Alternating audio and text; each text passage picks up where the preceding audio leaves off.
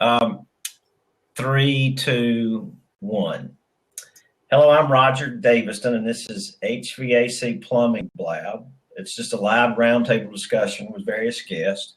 This is a new format for me, and my goal is to create a community of HVAC owners, technicians, anybody in the business who has interest in the business, so we can come and gather and have specific topics that we can talk about and have a live conversation about it, and with the main focus on let's all grow and improve. Because if there's one thing that helped me in my HVAC business, it was the group that I was in of contractors who were peers, and we learned from each other.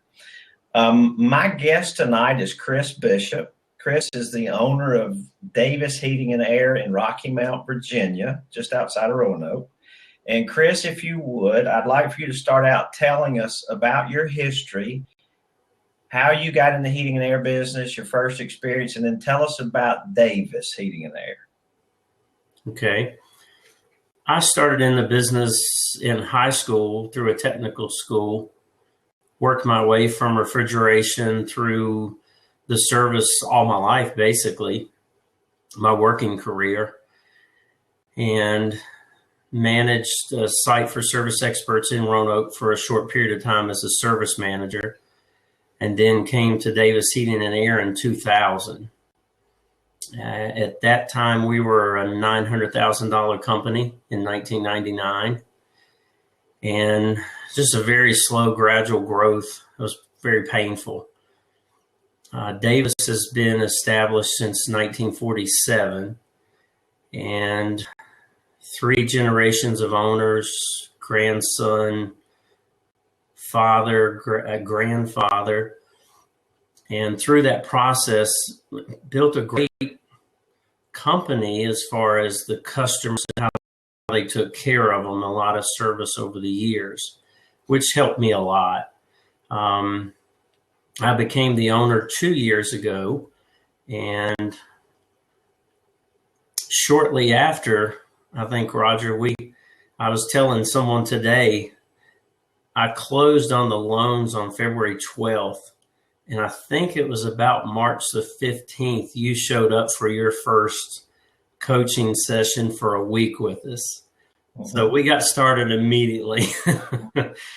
So, and it's been interesting, but fun to watch how things have transformed. And it's not always been great. It's been some tough decisions, but it's been good overall.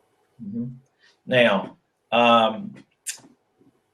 tell me a little bit about your growth. Tell the audience how much you've grown and a little bit about how you've done that. Well, I'll start with how we've done it. That was very interesting because our process as far as how we turn the leads over was just, I don't know why we didn't realize it before, and you kind of shed some light on it to us, but we really didn't treat those leads like we needed to. They were worth a lot of money. Mm-hmm. And we started handling them a lot different as far as before a technician would just come in and say, hey, Mrs. Johnson wants someone to give her a call. Mm-hmm. They may remember that 2 days later. So we started a process that they would put the customer on the phone right there when they were with Mrs. Johnson, and we would schedule that immediately with the comfort consultant, get Chris Moore out, and Chris would go through the process as far as the sales. Mm-hmm. That really made a difference in the first year. That really helped our growth. We had a 38% growth the first year. That's phenomenal. Yeah, I told my wife about midsummer. I said, I know we're making money, but I hope at the end of the year I can say it was worth it, because I was working my butt off. You were, and it's because you didn't have any. It's because, I mean, from my perspective, I mean, you closed on the business in February, and you you immediately had total authority and control to do things that you'd been wanting to do for a long time. Yes. And you begin to make those changes and you begin to have that success and the business grew, but you didn't have any structure in place. No, we you lacked were the all, structure. yeah, you had to do that while you grew. Mm-hmm. Because I remember you were just, you were doing, you're doing way too much, as I recall, but you fixed that, and it was a process. Well, what we would do is when we would run into a problem, instead of waiting to fix it, we would evaluate what needed to be done. Most of the time, get the team together, whether it's install or service. If we had an issue, we tried to address it immediately, fix it then. Mm-hmm. Because when you put those things off, it really slows you down. So you have to, when you identify a problem, whether it's lack of productivity in install, or we're not completing the jobs, or the service guys too many callbacks, or not doing paperwork properly, those things need to be addressed immediately. And then you move forward from there. You run into the next problem, and you just keep correcting those problems. Mm-hmm. I want you to talk to the audience about the culture that you're trying to establish, or really have established, with regard to people stepping out and doing things that they're not used to doing, taking risk, doing something that they may be scared to do. But I want you to talk to the audience about the culture that you've established in terms of how we look at mistakes and how we respond to mistakes. Well, I believe the most important thing in the beginning is an employee will look to the leader and they react how you react. So if someone makes a mistake and you belittle them, you just berate them in front of other people, they're not receptive to that. They're going to be more apt to hide mistakes, not be open with you. Mm-hmm. And, as a leader, what I've tried to do and what we've done is if someone does make a mistake, we talk about it in a group. Mm-hmm. And we're not talking about that person. We're using that as a stepping stone to make sure someone else doesn't do it. Mm-hmm. And then they offer up things that would help that person from making a mistake again. So it's a very healthy culture as far as, when you do make a mistake, it's okay. Admit to it, own up to it, and we move forward. And I think that's been a big change for us. We had a lot of things, triangulation and things that you've taught us over time, but I think the biggest thing is just, we had people that wouldn't get up in front of groups and talk, their peer in front of the peers. And with doing that, we've gradually gotten that to happen. And now they kind of coach themselves. You and I just kind of sit back and listen to them. It's quite interesting sometimes. It is. It's amazing to watch the new guys grow because the old guys are bringing them up. We're not really teaching the group's teaching the group. We're just facilitating it. Exactly. I want you to speak to the subject of sarcasm. Tell me about sarcasm in your culture and what you've done with it. Well, we've eliminated it. We had a lot of it, as you know. It was just everything. Someone would say something, someone's making fun of them, and you really you think it's just joking, and you really don't know how you may be hurting someone, or, maybe they heard that all their life as a kid, and it's just not good. It's not healthy. Mm-hmm. And, we had an instance this morning, that you bring this up. But we had a gentleman that came in to do some factory training. I won't say who it was, but he used some foul language that he shouldn't have. Mm. And I think he's seen the expression on my face, and everyone just kind of went silent. Mm-hmm. And he asked, was that okay? And I said, no. Mm-hmm. And he said he would never do that again. And he apologized after class. Well, So, that's good. But I But couldn't let's, accept that, especially in front of everyone. I yeah, don't but do it. So, but that's okay. That's what you've had to do. And I want everybody that's listening in and going to listen to the recording. All that is a boundary that you set. exactly. And here's what's wrong in our businesses. The leaders and the owners allow stuff to happen in their culture, not because they want it, but they just don't say no to it. Mm-hmm.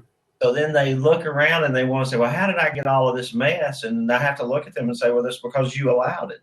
Mm-hmm. So, and that's the one thing that I see in you, Chris. You know, one of the book you read constantly, or really you listen to books constantly. And you know, you learned early on about boundaries, and you picked up on it quick, and you set boundaries. Mm-hmm. And that's your culture that you don't allow. And I bet 2 years ago that never would have been noticed, that language and attitude. No. And what would have happened was, the next thing you know, every training class, it would be full of foul language that's really not necessary. It's not healthy. Yeah. You know, we have a gentleman in the room that preaches on Sunday. No, he certainly didn't want to hear it. And I didn't tell the gentleman that did say the things that he was a preacher. It just wasn't accepted in our culture. And, you know, you were just speaking about how business owners allow things to happen. And I think we've discussed before how everything rises and falls on the leader. So if you accept those things and you allow those things to happen, it's going to it'll flourish, whether it's good. You know, we have encouragement. It's not, you know, we don't hug each other and just sit and cry in the corner. We have some very good discussions, but we have a culture that we know that, you know, your foul language is not there. It's not allowed. And the sarcasm's not there. And you know, you would speak with someone and tell them how you feel. So in a healthy manner. Talking about the sarcasm, we're talking about the sarcasm. How does that work when somebody makes a mistake, if sarcasm's allowed? If sarcasm's allowed, then they get belittled.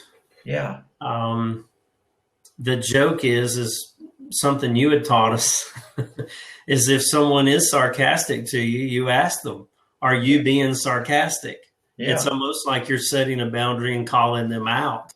Yeah. And it doesn't last very long.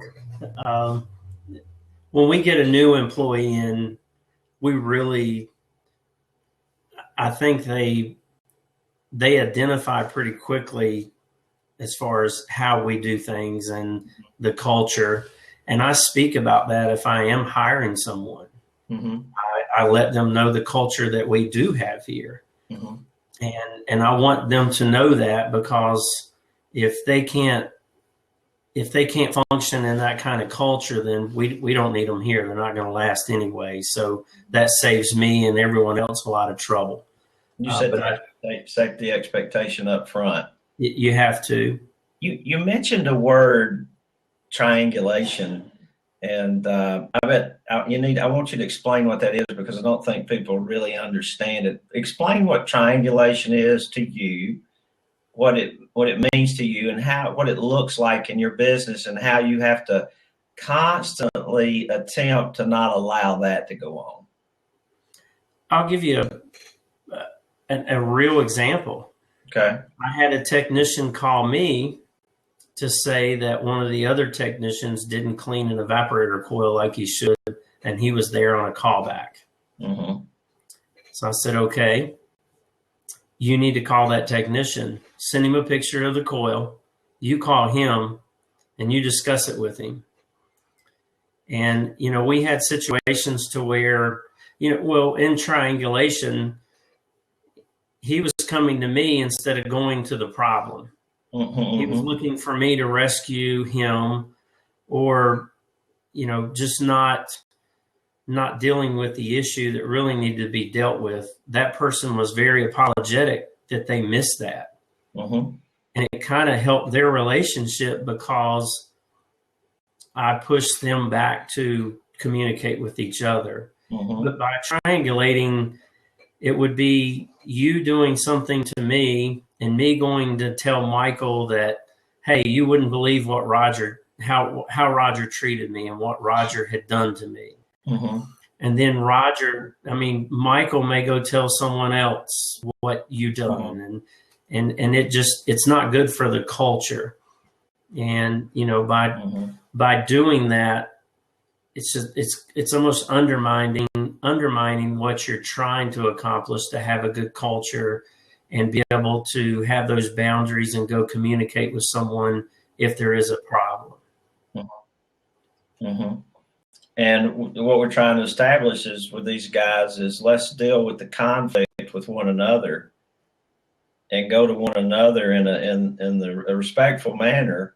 And, if you have a problem with somebody in the group, go to that person. We had technicians that were calling each other, and they couldn't believe the dispatcher sent them here, and they couldn't believe the dispatcher sent them there. I just passed such and such. And, they were just, it's been in every company I've ever been in. So when you started teaching us those things, I could identify with it because I dealt with it before. So by dealing with it before and you bringing it to light, then it's subconscious in my mind, and I'm able to understand what you're teaching us, and then I can prevent that from happening and not allow it. So it was, and it was an eye opener for them also once we started communicating that back to them as far as what was happening. The technicians were upset. They weren't happy. They were constantly back and forth. There's a lot of bickering and things like that we've snuffed out. They work together, and we just don't allow those things to happen. And if they do have an issue, I know one of our technicians, he's really grown, and I won't mention no names, but now if he has an issue, he just picks up the phone and he calls the dispatcher and he says, hey, why are you sending me here? That's a good question. I did that when I was a technician. I crossed town and I passed another one of our vans, and I called the dispatcher and I asked, I'm like, why did you just send me over here and not just past Derek? What's going on? And he asked me, should I ask the owner, because the owner requested that I go to his friend's house and make sure we corrected an issue that had been going on that no one else could fix. So I politely said, no, I will go do what you've asked me to do. And that was a learning lesson there too, but it was being allowed and it was happening. And I think it happens in a lot of companies, whether it's heating, air conditioning, plumbing, it doesn't matter. It does. You and owner are very susceptible to it, but talk to the group about and I just sort of springing this on you without you being prepared, but I think you'll be able to understand what I'm saying. But it takes a lot of energy to coach people on how to do their job. It takes a lot more energy to do that than it does just to tell them what to do, doesn't it? Yeah, we've had to deal with that. It does take time. And all of this that we've done, we've made a lot of changes, and it doesn't happen overnight. It doesn't get that way overnight, and you can't correct it overnight. So anyone that's listening should understand that, we didn't make all these changes in a month and then we've been great since then. we still have problems today, and we're still working on correcting things. And we're running into different things because we're growing. But with that, I mean, state that question again to make sure I give a really good answer as far as. Well, it's like when somebody comes to Chris with a question and Chris has the answer, you don't give them the answer because you want them to figure it out on their own. You coach them through and ask them questions, and you don't give them the answer, and you let them come up with their own solution. And my point is that takes a lot. It's a lot of work to do that when you can say, go do X, Y, and Z. It is very difficult. You have to be patient. I've been able to do that. I've been very disciplined. I've been very fortunate.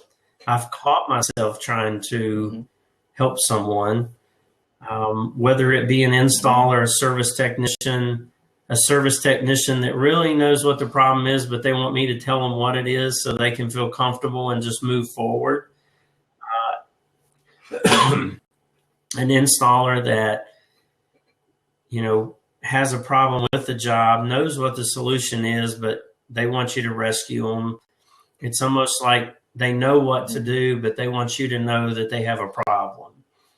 And, you just have to sit back, ask questions, and allow them to put it up on themselves to make those decisions.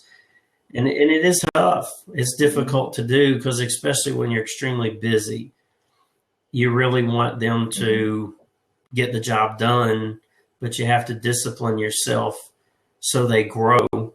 Because, if you had a technician that called you after every call in 20 years, man, you're going to be exhausted. So if you allow them to grow and you help them grow, then they grow, and then you can bring someone else up. So you constantly have to be bringing, everyone's at a different level. We have guys that's been in the field for a very long time.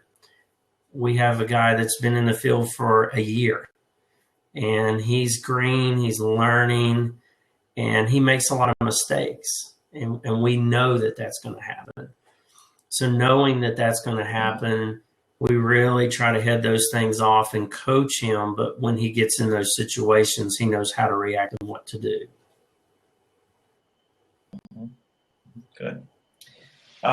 You told me something yesterday when we were on the phone, and I agree with it, but I want you to speak to it more. But you said, Roger, the business is only going to grow as much as I grow. So as leader, I have to continually strive to grow. What does that mean to you, and how do you do it? Well, what it means to me is for me to grow the business and make my job easier as the owner, I have to grow my people. So I have to constantly, whether I'm growing a technician, I'm growing a manager, whatever I'm doing, I must continuously grow myself. That will allow me to be more knowledgeable in how to train a manager, or, I'm training someone to train a technician. But Dave Ramsey said it in a podcast that, everything rises and falls on the leader. And the leader can only be as the company can only be as big as the leader. So if I don't strive to continuously improve Chris, then Chris me is your salesperson. as Chris. So if I don't continuously strive to grow me, then it's hard for me to help other people. I'm constantly learning. I quote things all the time, always telling stories.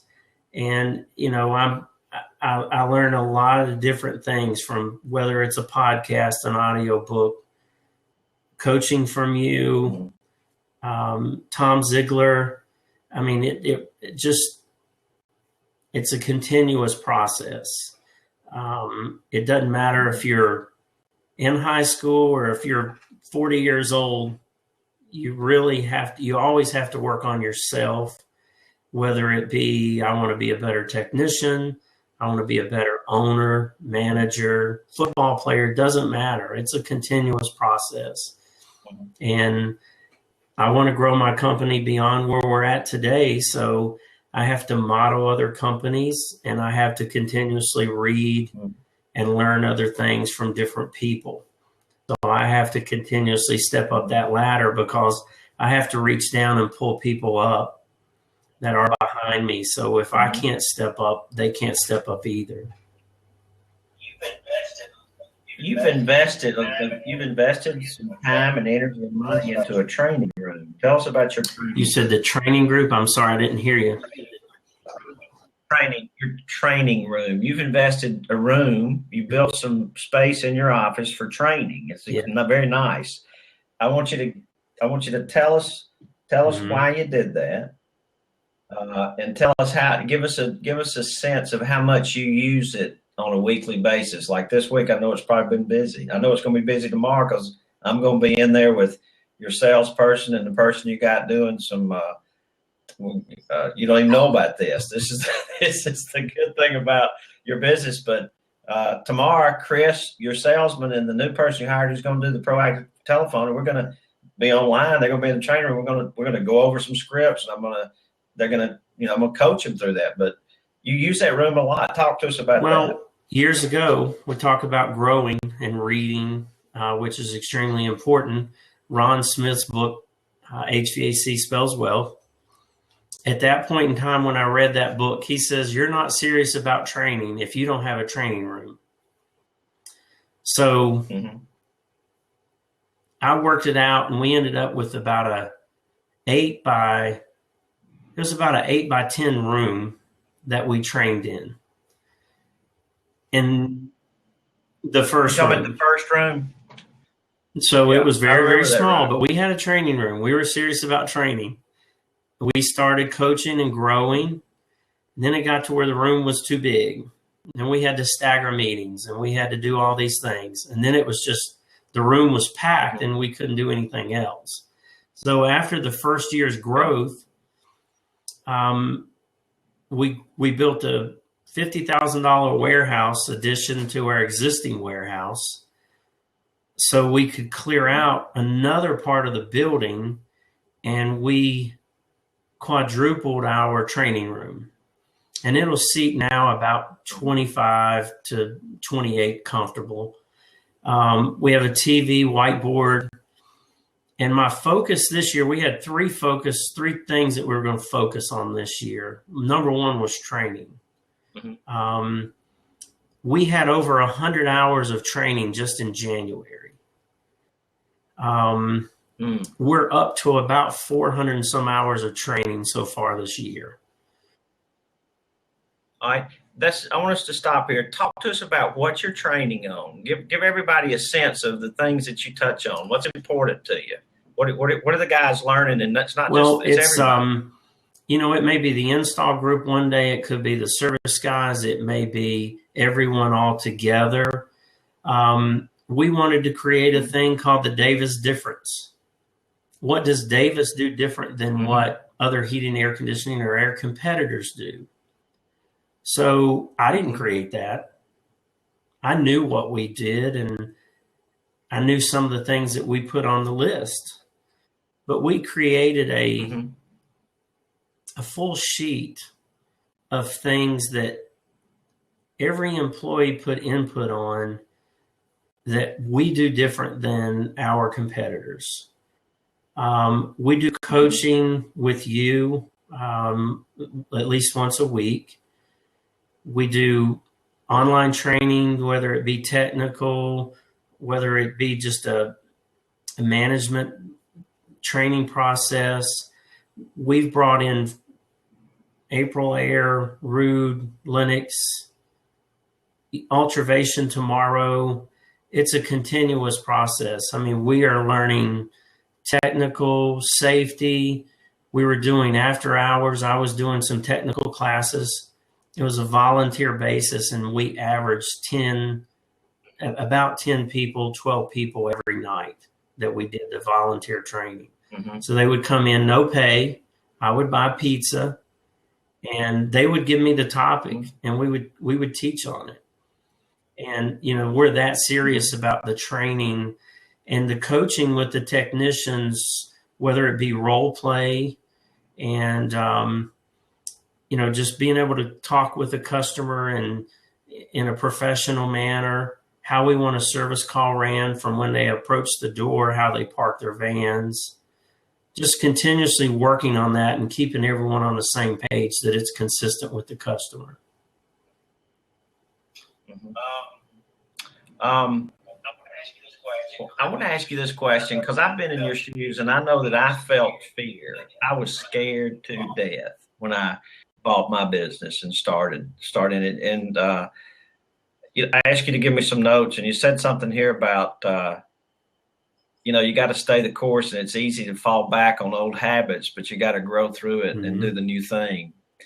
And I know that one of the things that Michael has taught me is that just recently, and I've known this intuitively, but he said, Roger, what happens is when you teach somebody something new and they go out and they think about trying to use it and it may not work at first, they have this sense of terror or this sense of terror. They always want to have a tendency to go back to the old way when the old way is bad or isn't working. Have you experienced any of that? A lot. Talk to us. I mean, this is the real world here. I mean, I want people to have a sense of, hey, we're just human. It isn't all easy. The best example I can give you, I've had a lot of cases, but the best one, the one that comes to mind, is I did a lot of the selling for years. We bring in a comfort consultant. So I go through the price book. I'm building a price book. He's going through a sales training process. I'm doing all this together. I worked on it one night at home. Everything's great. I look at it. It's perfect. Everything right. So I'm laying in bed that night, and it was like something came down and hit me in the head. And I said, I just went up on an average of 10 to 15, sometimes 20% on my pricing. And we were losing some jobs already because we were already high. What if he can't sell a job? Yeah. And it was a big fear. And I talked to Ruth King the next day, and she told me to get over it. No nonsense. She's not as soft. She's not soft on things, is she? She just excited between the eyes. But it was. We've had a lot of moments like that. Most of them when I'm laying in bed at night thinking about some things, and it is fearful. We've hired a lot of people. Yeah. And the company has grown, and my concern is we continuously grow and we keep those people busy, and we're focused on maintenance. We know that'll drive the business, and I have the concern of their families and keeping everyone working and things like that. So yeah, we've had a lot of those. I've had a lot of those moments, and it's real. I know anyone that's ever owned a business has felt that. But it is, it's all psychological. The problem with any of that is between your ears. It's not, it's not a problem with going out and executing. And going back to that thing of raising our prices. So our comfort consultant, he goes out and he's selling jobs and doing really great. So then I go to Sarah, who does our books, which Sarah, but for everyone else that don't. She's my favorite person. She pays me. So I look at Sarah and I said, man, he's doing a great job. She said, I know it. He's just doing awesome. And I said, I just want to go back and kick myself in the butt. She says, why would you do that? You hired him and he's doing great. I said, no, for about the last 10 years that I didn't have those prices at that current price that we have them now. So right. We were leaving money on the table and didn't even realize it. It was a fear we had to get over it. We couldn't overcome. that with hiring someone, I had to, and we were fine. So Yeah. there again, it all comes back to the fear of not doing something because of what you're afraid of what might happen. So. Mm-hmm. I want to sort of switch gears here. You mentioned Ruth King. Ruth, if you're listening to us, we love you. Ruth helped me, mentored me for years. Ruth helped me tremendously. You used Ruth, you used me to help you on an ongoing basis. Um, how important is it to you to have a person like Ruth or a person like me to be able to pick the phone up and call to maybe walk you off the ledge? Well, I think everyone thinks you guys charge too much, but you can't put a dollar figure on what the value is of someone that, is more like a mentor. When I was going through the process of getting loans to purchase the business, I knew more about my financials because of Ruth pounding it in my head for about 4 years. I knew more than the banker did, and I could spout out numbers, and I can still do that today. So I owe her a lot of gratitude for what she taught me, and she taught all of us a lot here at Davis Heating. But just like with you, I mean, I bring John on to do cold calls and help us do outbound calling. And I didn't even know you guys were doing that. It's invaluable to have someone that, you're taking care of that, and I can be off doing something else. I have a coaching session with one of our managers tomorrow. You're off teaching John how to drive business from customers that fell off our maintenance agreements, or, we haven't done work for them for a few years. So you're helping me there. And, and then, someone like Ruth or yourself, it's just, you have to have someone like that. You can been through it. And it's because you help so many people. When I ask you a question, you can relate it to someone else and their situation, and you can help us out. So it's extremely important to have someone that you can, like I said, it's more like a mentorship that, when I need help, I can call you, and you help me all the time. So it's extremely important. One last subject I want to touch on, and then we'll open up the seat for people to call in and ask questions. We've talked a lot in your culture about developing unity of purpose. And we've had classes about unity, and we've had, lots of information about unity, why it's important, how to foster unity in a culture. How important has that been to your success? Extremely important, because everyone works together, whether it be the service guys needs install help. We've all became more like a family. I call us a team a lot, but I would consider us a lot like a family. Everyone's just willing to jump in and help. They don't look at each other and say, that's not my duties, that's not my job. They're willing to just jump in. If we ask them to, we had 2 installers finish today, and they finished a little early, and they went over and helped the other install team get their job done early. So, we don't have job descriptions, you might say. For the simple fact is whatever's necessary, number one, to take care of the customer, and that's going to be right for the company to, whether we chip in and do whatever.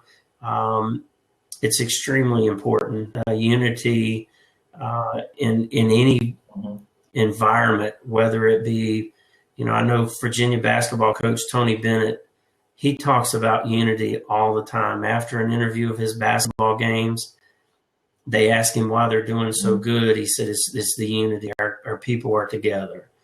And you act almost as one. And, we get comments all the time about how professional we are and, how well organized we are and things like that. And it all comes back to it's not someone pushing something off to someone else. Whatever slack needs to be pulled up, we don't use the sarcasm to go after each other. We take care of it. If it's something someone's dropped a ball on, we can, in a healthy manner, we can go to each other and say, hey, you really needed to do this. I took care of it, but the next time, please take care of this. But it's not you doing it. It's There's so many things that happens here. I was in Texas in March for over a week. I'm going to Kansas next week for 3 days. So when you build the leaders and you allow people to make decisions and you don't micromanage or you try to control everything, I don't know if you've said it or if I've heard it before, but to gain control, you have to give it up. And I've allowed people to do that. And, when you run into something, I had a technician the other day. We went up on our maintenance agreement pricing. The customer already had the check written. She wrote another check. I said, the next time you have the authority, take the check for $10 less. Don't ask anyone. Take care of it. You'll never hear a word about it. If someone says something to you, come to me. We'll go talk to them. But we allow them to do those things. And, there's so many things that happens here that sometimes I don't even know about it. But it's the culture we have and the people that we have leading allow that to happen. There was something good that happened one day. I'm going to bring it. Hopefully you'll remember it. And I don't put you too much on the spot, but it has to do with unity. And you discovered it in one of our coaching sessions because we were talking about success stories. And do you remember Mike went out to a church who was a good customer, condemned a gas pack unit on top of a roof. It was Wednesday afternoon at 2:00, and they had to have their heat on by church. And you didn't know anything about it, did you? And it got done. Tell them he called Stacy, our install manager, because he knew all the service guys. It was really cold, 30-ton unit, and we had to swap a heat exchanger out of a unit that had been condemned that still had one good heat exchanger. But they had no heat at all. Sunday or Wednesday night service is going to happen soon. So he called Stacy. Our installers happened to be back. 4 guys, they jump in 2 vehicles. They're over there. They swap a heat exchanger. They get the 120-ton unit going. They had service the following week. We put in a new 20-ton. The churches, they were just so thrilled that we could get that done before their service and get the heat on. And I don't know that they really realized what we actually went through to get it on, but it didn't matter. Mm-hmm. All right, now I want to ask you a question. What did you go through to get all that done? Anything. You weren't even aware of it because you had empowered your people to do what was necessary to do. Not only had they been empowered, but it was safe for them to do that, even if it was wrong. And if it was wrong, they weren't going to get beat up about it. They were going to learn from it. But I was amazed that morning in the coaching session. Mike was giving a success story about how they did that yesterday. And you were like, y'all did all that yesterday? Now, a couple of years prior, they'd have been burning the phone up trying to figure out what to do. Yeah, he called, like I said, he called Stacy, no questions asked. Stacy knew, Stacy just said, hey, this is, Mike needs you guys to help. They all get in the van, they go over there, they take care of it. So I think Mike told me he said there was 4 Davis fans over there at that church. And I I think that, they got started at 3 and they got the work done right before church came on, and people stayed late, didn't they? People stayed late. They didn't ask for permission. There wasn't any whining. Well, who knows? I don't think there was, but that's the one thing that I can see that y'all really, really, each individual has really embraced the concept of unity. They've embraced pushing out sarcasm. It happens some, but it isn't like it used to be. And one individual who is in the service tech group who was really bad about sarcasm, and it was hindering people's growth. Recently, he encouraged one of the young guys to get up and talk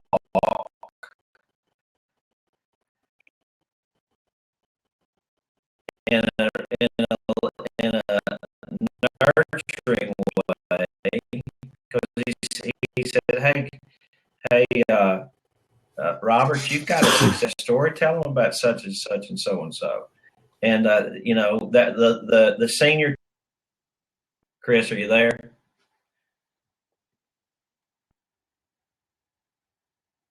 Chris, if you can hear me, I lost your picture.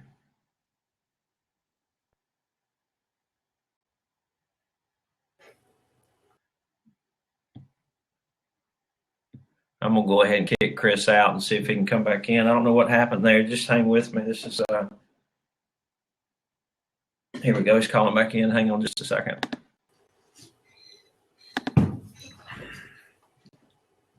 So, Roger, can you hear me now? With us? Can you hear me now? Roger, you with us? Yes, I'm here. Can you hear me now? Hey, can you hear me? Chris, can you hear me? Can you hear me? I can hear you. Can you hear me? Chris, can you hear me?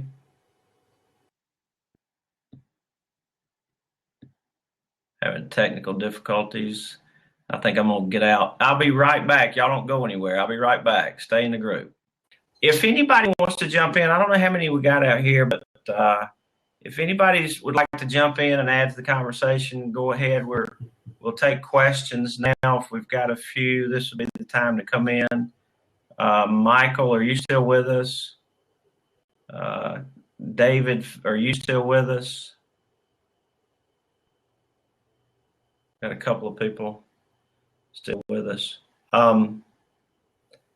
So, Chris, I guess in closing, if you had any advice for somebody, I lost him again.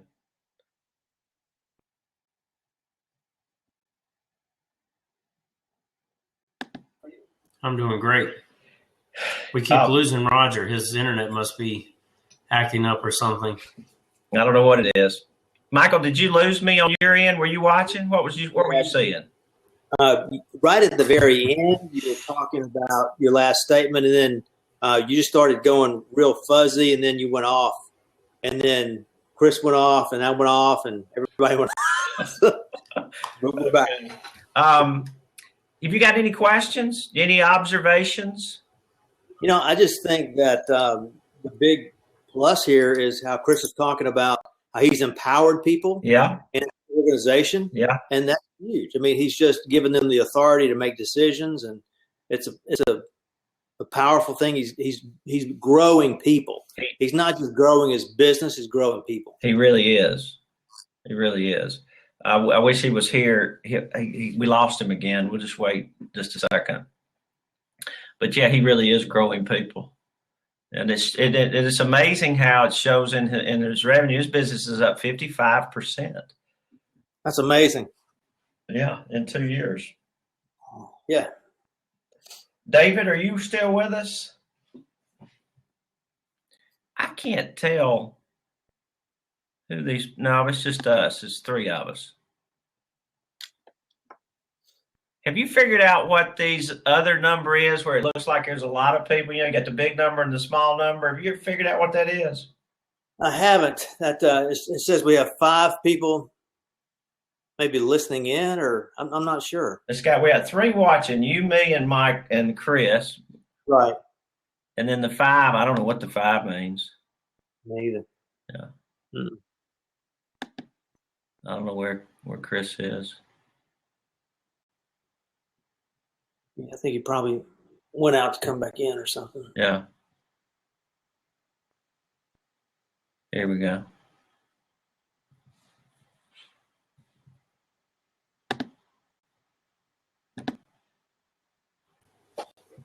Hey, we're back. We'll try it again. Tell Chris what you said. I think he lost what you said at the end. Yeah, I was just saying that it's incredible that he's not just growing a business; he's growing people, and that's what he's done. He's empowered people to make decisions without the fear of shame or the sarcasm that he's eliminated from the business. I mean, it's clear that his interest is the people, and the result is a better product. It is. Yeah. And for those of you who can't see, we're laughing because we keep losing Chris. Here we go. Here he comes. We want him to hear this. So I'm going to encourage him. All right, I'm back. Chris, we want you to hear this. It's going to encourage you. I think you heard most of it, but finish up, Michael. Yeah, I was just saying that you're growing your business, but you're growing people, and it's clear that you're investing in people, and the result is your business is growing. Yeah. But you're growing people first. Yeah. Yeah. He's having technical difficulty. Y'all did a great show. I mean, that went 45 minutes before the struggle started. Yeah. With technicalities. It was a good show. Was it interesting? It was. Yeah. And I think that Chris did a great job emphasizing the whole training concept and the value to his company. I think that was fabulous. Mm-hmm. Yeah.